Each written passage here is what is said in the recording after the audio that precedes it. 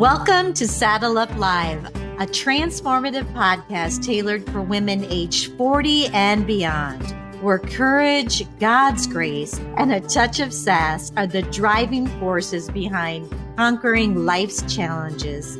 Join me, Lesa, as I take you on a captivating ride through the multifaceted aspects of womanhood in this vibrant stage of life, covering everything from my journey through breast cancer, the intricacies of marriage, and the joys of motherhood, to the exciting adventures of grandparenting. Together, we will uncover actionable strategies for personal and professional development, providing you with the tools and inspiration needed to blaze new trails and seize every opportunity that comes your way, no matter what your age or stage.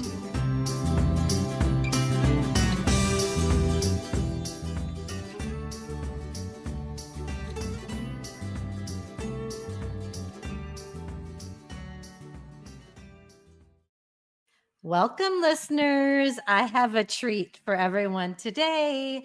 I have master life coach, relationship expert, 7-time best-selling author, Sharon Pope. And Sharon, you don't even know this, but the reason that I know you is because my husband was a TikTok addict for a while. And he was like, hey, you got to check out this lady.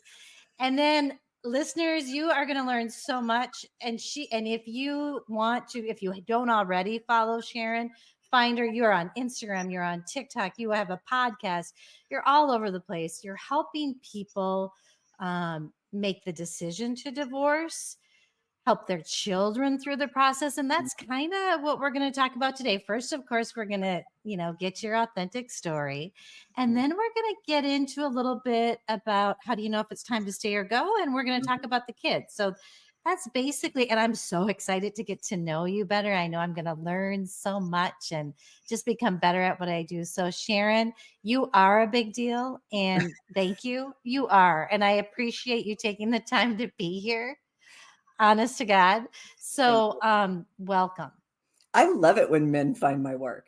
I think I know. Fantastic. And they turn their wives onto it. I love that so much. Yeah. Yep. Well, thank you so much for having me. I appreciate you inviting me on.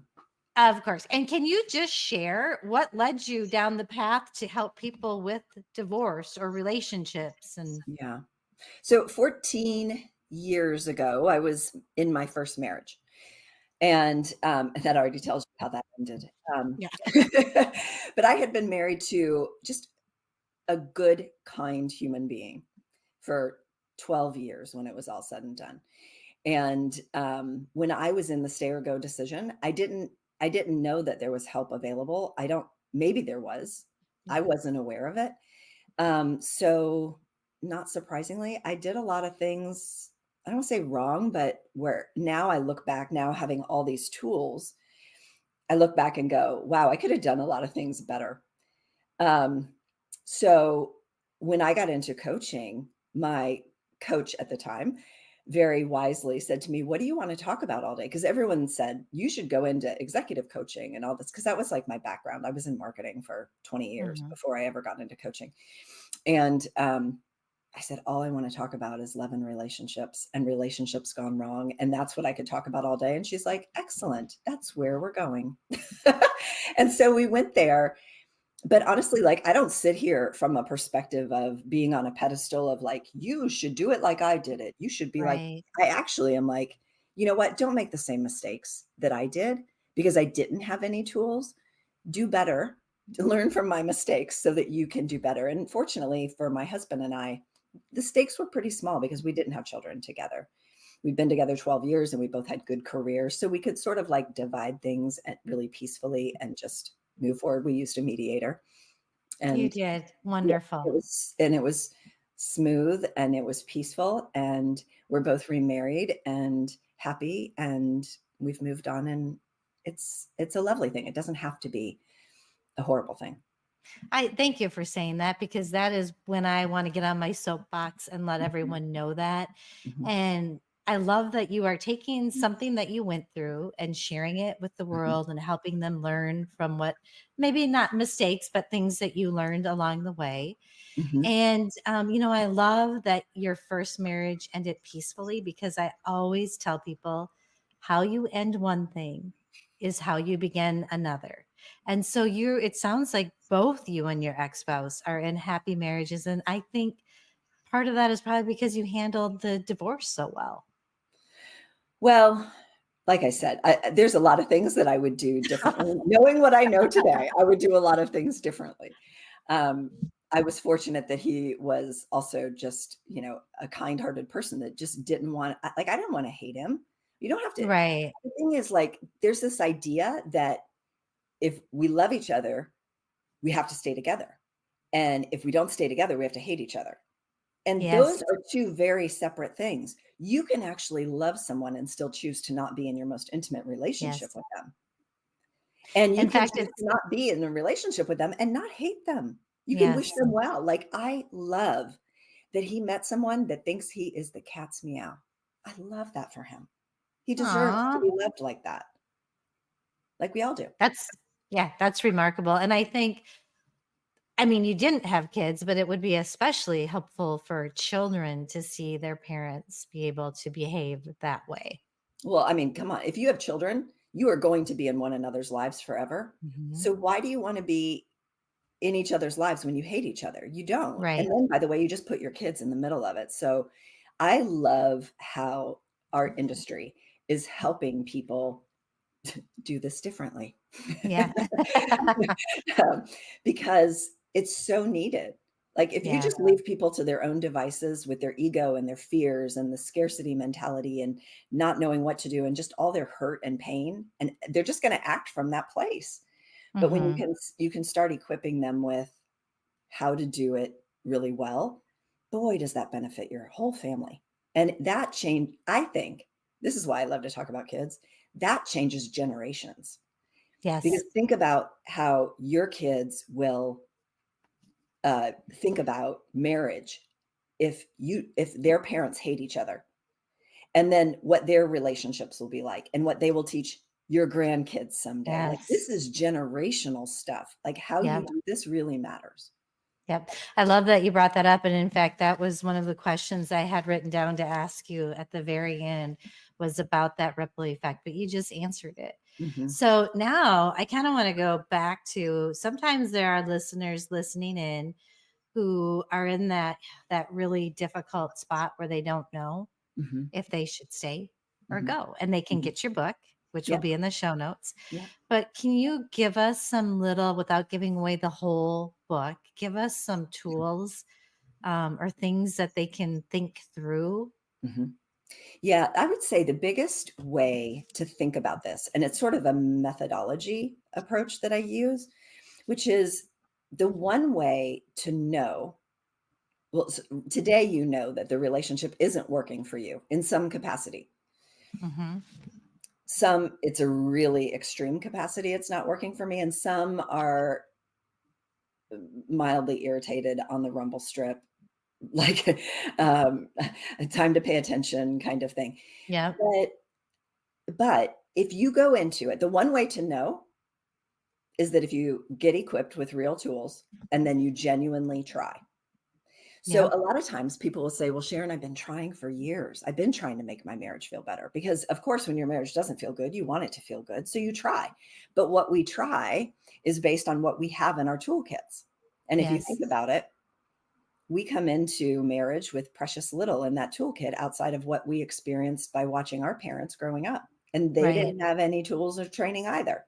So everyone's just out here doing the best they can and kind of screwing it up, Right. not unintentionally making mistakes because they just don't know. No one's ever taught them. There was no class on like how to create and sustain a loving, healthy, connected marriage for, I don't know, 4 or 5 decades together. It's interesting because I've been married for 32 years, and oddly enough, I'm not really Catholic anymore. I'm a Christian, but we did go through Mhm, marriage classes. mhm. And I think that they did help. I mean, I think it was something Yeah. to help us. But Sharon, do you teach? couples who are thinking, I mean, where do couples go? That just popped into my head. That's Yeah. something some people need. I literally so for one of my clients, I have done that for her children because her son was in a very serious relationship and now he's married. And so for the two of them, because it was a client, I did that. But honestly, people tell me that sometimes, like, you should talk to people before they ever get married. You should train Yeah, them. But the problem is, and this is just human nature, is that we don't do the things that we should do. We don't get equipped to solve problems we don't have. right. We wait until we have the problem and then we're like, okay, now I have a problem and now I need to solve it. Right? So Right. no one's looking like they go to their church or something, right? Of Right. for premarital counseling. But you know, there's a huge difference between our someone teaching us through words and us having that life experience, Yeah, I mean, that's right? true for anything. It's true Just for like your everything. kids, Yep. you wanna tell your kids what to do, it's not gonna matter, they've gotta Right. go do it, and as you're sitting here talking, I'm thinking about Father Malone, who had never been married, who was Yeah. teaching us. I mean, like, there's some very good advice, like, continue to date your wife. Yeah, Like, treat each other as if it's not a done deal, and don't just put the marriage over on a shelf when you get married. Don't treat it like an accomplishment because once you get yes, married, we think we're at the finish line because we found our yes, person and we're now with them and we're gonna have a family, we're gonna have a beautiful life, and that may be true, but you are at the starting line, my friend, and yes, things just got real, and now we need as you come up on these things, like, yes, it would be helpful to have some tools in advance, but really and truly, it's just human nature that right, we wait until there's a problem before we right, really seek answers.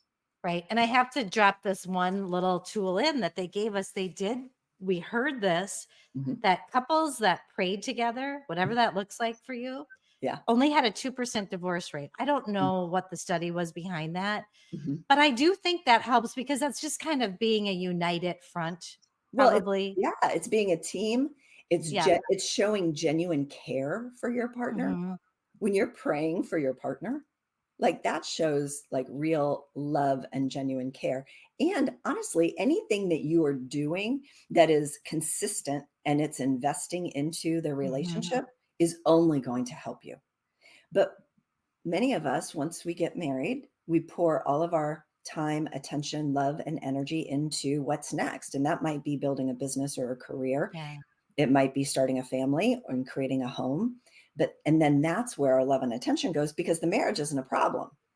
It's Right. fine. We're still honeymooning. We're a few years in. It's all fine. But then we have kids, and then when all of our attention and love and energy goes towards that, years later, now we wonder why the marriage is suffering because we haven't given it any attention. And the kids are thriving, family's doing okay, Right. but the marriage isn't feeling close anymore. And that's when things start to go like this because no one ever really told us, like, heads up, you cannot disregard your marriage when kids come around. Kids need you.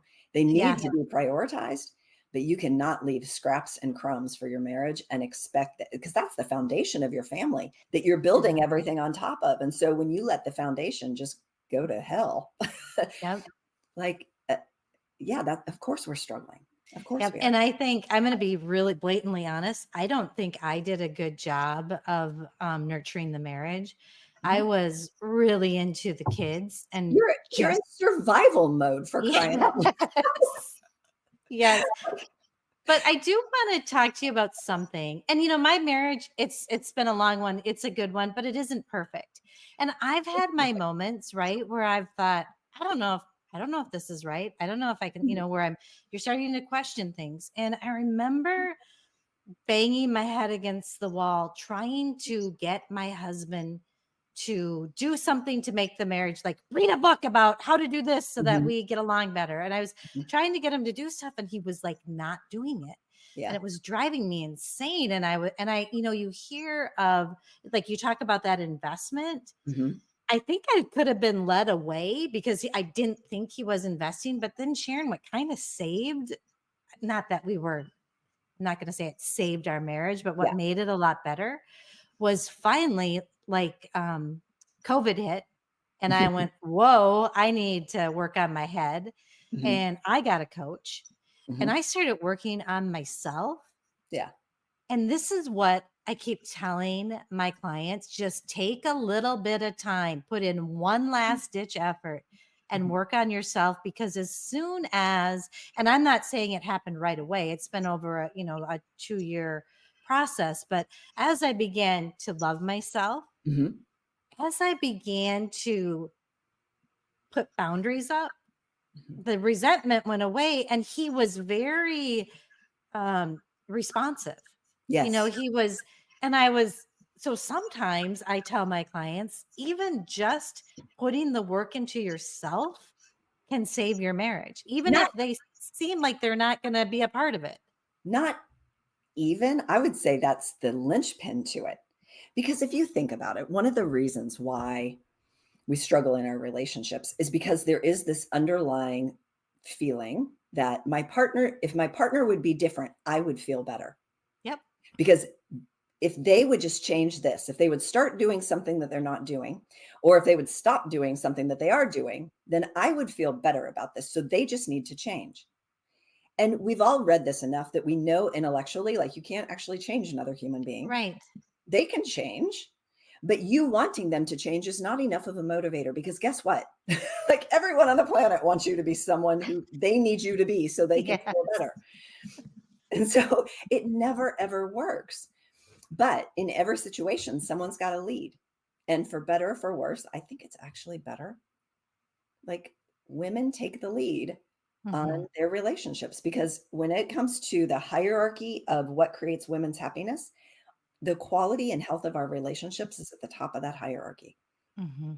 For men, they've been socialized very differently than women. Yeah. For some of them, relationships might be at the top of the hierarchy. For some of them, it might be more like success and accomplishment. And there's nothing wrong with that, but we just have different priorities. And so, whether we like it or not, like women have been the caretakers and nurturers of the quality of the relationship. So, we're the Hmm. first to notice when it's starting to go south. We're the first to go out and seek answers and want to get things changed. But the problem is the way we go about it is, well, you're the one that needs to change. Here, read this book, listen to this Right. podcast, do this thing, because we're not willing to look at ourselves, which is, by the way, the only person we have any ability to change. But Amen. nobody thinks they're the problem because No, it's not really a problem. It's it's just not really that you are the problem, but it yeah, was my thinking that was causing it and my lack of setting up boundaries. And yeah. so then I tell my clients, at the very least, if you do this work on yourself Mhm, and you're still ready to move forward because it's not what you want, mhm. you're going to be so much stronger. You're going to be able to use this as an opportunity. It's just a win-win to do that work. Well, you take yourself with you. Like this is the problem. Yes. When people say like he's the problem, like some version of that, or they think that. Mhm. Then if I get rid of him, and I'm speaking from the female perspective here in Right. heterosexual relationships, obviously, but I get rid of him, he's problem solved. But then they go on to the next relationship. And I don't know, you probably know this better than I do, but second marriages end at a much higher rate. And third marriages end at like in the 73, I 74% know. range. So why is that? Because we keep thinking someone else is the problem, but we take Yep. ourselves with us. So when you work on yourselves, darlings, you take Yes. yourself with you, but what you will create in the future will look and feel very different than what you created in this relationship because you are now different. So Yeah. it's the linchpin for everything is working on Yeah. yourself. Know Yep. thyself first. Amen, sister. And I mean, that would be the one thing I would wish Mhm. for this audience to, and there's so many resources. Oh yeah. I mean, it's awesome if you can afford a coach. That was great for Mhm. me. But coaches have podcasts, there are Mhm. books, there's so many resources available. Tons. And there's Yep. plenty of ways to consume it, right? Like Yes. there's books which require you, right? I always say, like, I've written 9 books, It's but so if crazy. books alone solve the problem, there's more than 400,000 relationship books on Amazon today. If books alone solve the problem, would we have the divorce rates that we do? No, we would not. Right. So it requires you to take, like, you're holding yourself accountable. Yeah. all the way up to I want one-on-one private coaching, right? And there's tons of ways in between courses and memberships and all this stuff. Like Yes. you can figure out where your sweet spot is, but there's so many resources available. It's just a matter of how much hand-holding you want. It's sort of like a personal trainer, right? You don't go to a personal Yes. trainer because you don't know how to press start on a treadmill or how to pick up a weight. Right. Right. You go because you want someone holding you accountable and pushing you further than you would go if you were on your own. Yes. Same thing with Which coaching. is interesting because I feel like I've been trained as a coach now. And Mhm, so I know how to coach, mhm. but I still need my coach, Oh, I which have is always had just a what you coach. just said. Yeah. Someone has got to help me see my blind spots because everyone has Mhm. them, Yeah. right? Yep. There's no shame in that. Like, yeah, Yep. I will always have a coach because I have high expectations of myself. Yes. Yeah, Yeah. Agree with you completely. Okay. So now we're getting a little bit towards the end and I want to talk about those kids because yeah, they are so precious to me. yeah, And if we can just talk about, I saw something in your bio about you can actually help them to thrive yeah. through this. Give us some tools for that. All right. So if we come into marriage only with what we saw growing up at home about what love and marriage looks like, our kids are doing the same thing. Mhm. So if what they're seeing at home is not the kind of love and marriage example of what you would like for them to see, or that you want that, like I always ask my clients, like, would you want your daughter to be in a relationship like yours? And they always say, Yeah. oh, heavens, no. And I'm like, well, then why are you making it okay? Why are you telling yourself it's okay when it is clearly not okay with you? So we either have to change it and make it feel good for where you are today. We have to evolve the relationship so it feels good from a new Mhm. vantage point, or we have to lovingly release it because we think it can't evolve. But the only way to know is to really try. So wouldn't it be better for your kids to say like look, love and marriage is hard, but we're still in it to win it. Like we're still fighting for it. We're still reaching for it. Or if we decide that we just want different things now, then how do we do this in the most gentle, loving way Mhm. possible? So the kids are so important. And, there's one tool that I like to bring up when it comes to, let's say that you make the very painful decision to end your marriage. Every single parent on the planet thinks about what is this going to do to my kids? And one of the things that you can do, what they want to know is, am I okay? Am I going to be okay? Because we are all self-interested.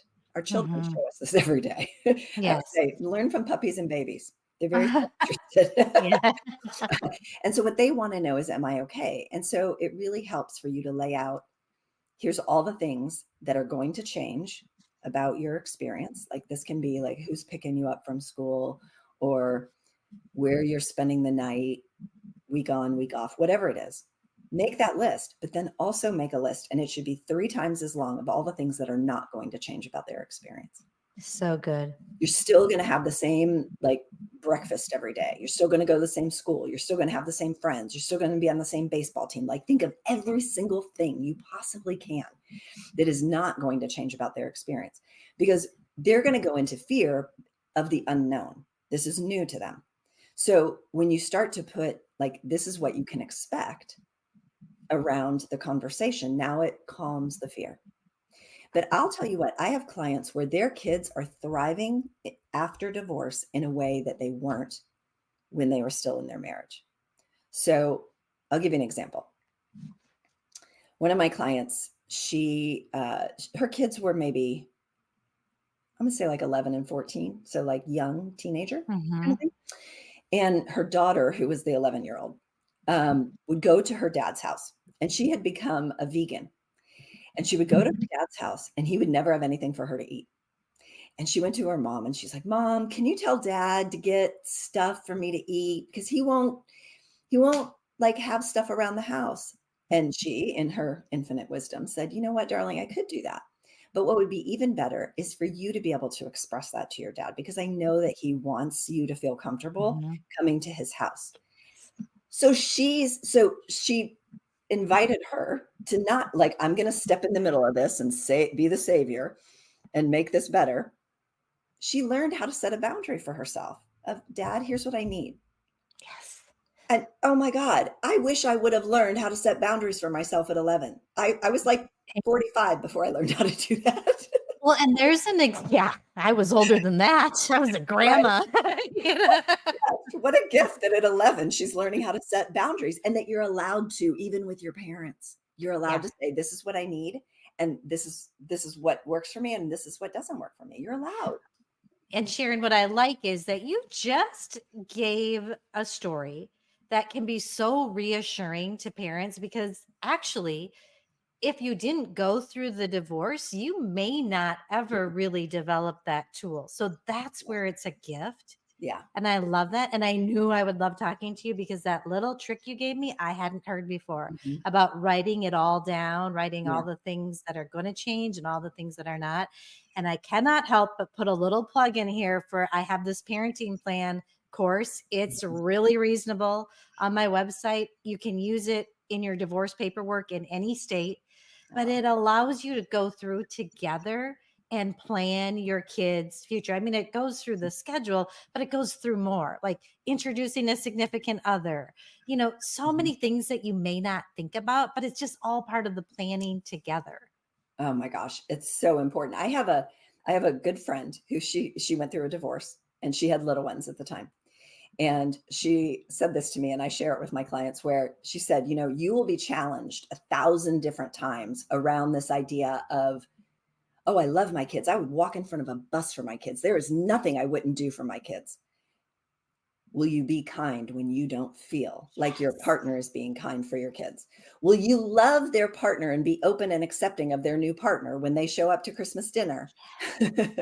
When Oh, you don't like her or whatever, like you say you'll do anything for your kids. Will you do that? Will you do this oh, stuff? Will you yes. do this kindly and gently? Will you be kind and gentle when you feel like you're not being dealt with that way? Yeah. So you're going to be challenged in this. And if you can keep going back to, do I really mean this? I'm really Yeah. going to do what's best for my kids. And if you are, then let that be your guide. That is magic. And it's just being intentional Mhm. and aware. And I always like to say if you mess up one time, give yourself a hug because it's hard Yeah, and be aware of it. And then you have the chance to go back and do it again. I love that tip too. every day. Those are amazing. Yeah. Amazing tools and a different way to think about it that I love. That's going Good. to help people. So, okay. So now I'm seeing the time is ticking away and we're at the end. And Sharon, I'm in my horse barn. So I always say I'm going to rein it in at the end and we're going to get a key takeaway from you. You've already given us so many tools that we Mhm. can use, but is there anything, any key takeaway or piece of advice, something the audience can do right away to have Yeah. a better life? So I'm going to share something with you that I just call borrowed courage. So this is something that my clients in my group they all do this. It's create find, let's say this, find a community of people who are walking through this with you because your friends and family love you, but they are not navigating divorce. And so they have no frame of reference or they only have their frame of reference. And Mhm. because their divorce went a certain way with certain dynamics doesn't mean that that's going to be your story. So it could be completely irrelevant. You need people, a group of people who are walking through this at the same time, because what will happen is you will see someone doing a really hard thing, like telling their kids or having a difficult conversation with their spouse or setting a boundary. And what you'll do is you'll borrow their courage and you'll be like, you know what, if they can do that, I can do this. I can do this one next thing that's in front of me. And if you don't have that community, then what I would invite you to do is write down 3 things that you've done that are really hard. Because I'm going to tell you what, if you are a woman in this country, like, and you're a mom, you have done some hard things. Okay. Giving birth, that's hard. Yeah. Raising children, hard. Like you've done plenty of hard things. Write down 3 of them so that you can remind yourself, like, I'm strong, I'm brave, I'm resilient. There's plenty of hard things I've done. This is hard, yes, but I can do hard things. I do it all the time. Yep. So just remind yourself of I that. love that. I love that thought. And it's believable when you are picking from what you've done. So Yeah. that is great advice. And Sharon, if people want to find you, where's the best place? Well, like I said, we'll have it in the show notes. You are all over. You can find me. It's pretty easy to find me, SharonPope.com. But if Yes. you want to go, the best place I would recommend is you go grab my book, and you can go to SharonPopeBook.com. Okay. Perfect. Listeners, go grab it. We just got some little tools right now that are going to help us. I know there's a lot more in that book. I'm getting it today as well. So, Sharon, thank you so much. I really appreciate all your thoughtful information. I appreciate the work that you're doing, and I appreciate you taking the time to be here with me today. Thank you. I've loved being here. Thank you. Take good care. All right, you too.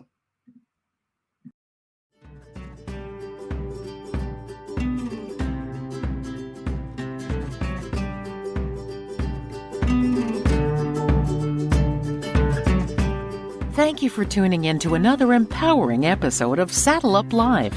As we conclude this exhilarating journey together, don't forget to subscribe, share your thoughts, and become a valued member of our vibrant community. Because, as always, every woman deserves to thrive, flourish, and live her best life. Until the next time, saddle up and keep conquering those trails.